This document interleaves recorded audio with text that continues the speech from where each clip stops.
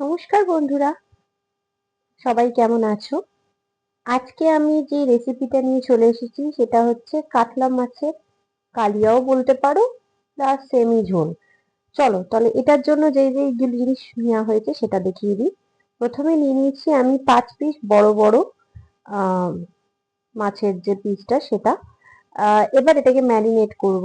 তার মধ্যে অল্প করে দেব হলুদ, লবণ এবং হচ্ছে তোমার লেবুর রস। লেবুর রস দিলে যেটা হয় সেটা হচ্ছে যে মাছের যে আষ্টানি একটা গন্ধ থাকে সেইটা চলে যায়। এবার হচ্ছে বাকি যে সরঞ্জামগুলো নিয়েছি সেটা চলো দেখবো। একটু আলু, আর হচ্ছে গিয়ে ধনেপাতা কুচি করে রেখে দিয়েছি, আর হচ্ছে সাথে এটার মধ্যে আছে একটু পেস্ট কাঁচা লঙ্কা, রসুন, আদা, যেটাকে অল্প করে পেস্ট করে নেওয়া হয়েছে। এর মধ্যে কিন্তু পেঁয়াজ নেই, পেঁয়াজ ছাড়াই এই পুরো কালিয়াটা আমি বানাবো। তো চলো প্রথমে কড়াটা গরম হয়ে গেলে তার মধ্যে সর্ষের তেল, অবশ্যই মাছ মানেই সর্ষের তেল। তেলটা গরম হয়ে গেলে এর মধ্যে আস্তে আস্তে আমরা মাছের পিসগুলোকে ছেড়ে দেবো। মোটামুটি একটা সুন্দর মতন কালার চলে এলেই, খুব বেশি ভাজবো না, তারপরেই আমরা মাছগুলোকে তুলে নেব। আর কড়াটা খুব ভালো করে গরম করে তবেই মাছগুলো ছাড়া উচিত, না হলে কিন্তু মাছের পিসগুলো ভেঙে যেতে পারে। তো দেখো সবাই, মাছের পিসগুলো কি অসাধারণ ভাবে কালারটা এসেছে। এবার আস্তে আস্তে এগুলোকে তুলে নিতে হবে।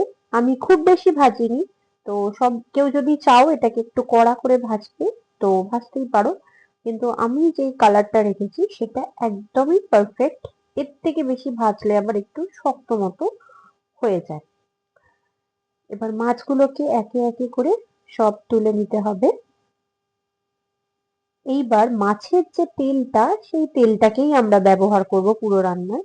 তার মধ্যে আমরা গোটা গরম মশলা, সাথে একটুখানি সাদা জিরে।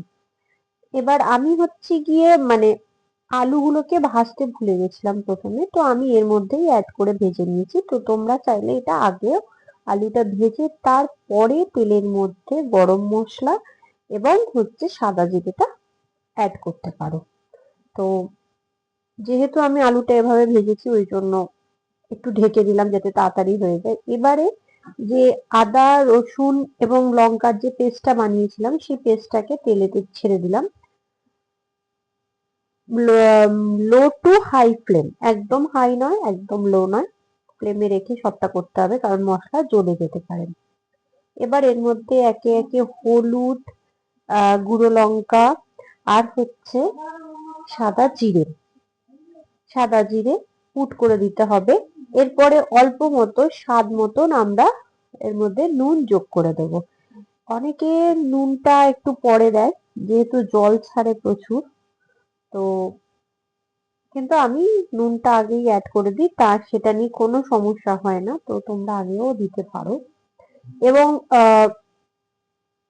সেটাকে পরে কোনো রকম ভাবে ব্যালেন্স করেই নেওয়া যায়। এবার আলুটা দিয়ে দেখো আমার যে গ্রেভির যে মশলাটা পুরোপুরি তেল ছেড়ে গেছে। এর মধ্যে অল্প করে, খুব বেশি জল দেব না যেহেতু ঝোল হচ্ছে না, তাই অল্প করে জল অ্যাড করে দিলাম। যার যতটা প্রয়োজন হবে সে সেইটুকুনি জল অ্যাড করে তার মধ্যে একে একে করে মাছগুলোকে ছাড়তে হবে। মশলাটা যাতে একটু হয়ে যায় তারপরেই মাছটা ছাড়া উচিত, না হলে মাছটা পুরো ভেঙে যেতে পারে, সুন্দর যে গোটাটা থাকে না অনেক সময়। এবার আস্তে আস্তে আমরা মাছের পিসগুলোকে অ্যাড করে দেব, দিয়ে কিছুক্ষণ রাখতে হবে যাতে মাছের মধ্যে ঝোলের যেই সুন্দর নুনটা বা গন্ধটা ঢুকে যাবে। দেখে নাও আমি এরম ভাবে আস্তে আস্তে করে আলতু আলতু করে জিনিসটাকে এপিট ওপিট করে দিচ্ছি, কি সুন্দর ভাবে ফুটছে। এবার সবচেয়ে যেটা মেন পয়েন্ট মানে হচ্ছে শো স্টপার যাকে বলে, তো ধনেপাতা, কোরিয়ান্ডার লিভস, তো সেইটাকে আমরা লাস্টে অবশ্যই ফ্লেমটাকে আমরা একদম লোতে করে তারপরে ধনেপাতাটাকে অ্যাড করে একটু ঢেকে কিছুক্ষণ বাদে এটা একদম খুলতে হবে। আমাদের সুন্দর কাতলা মাছের কালিয়াটা একদমই তৈরি। দেখে নাও সবাই, অসাধারণ একটা কালারও এসেছে, খেতেও খুব ভালো এসেছিল।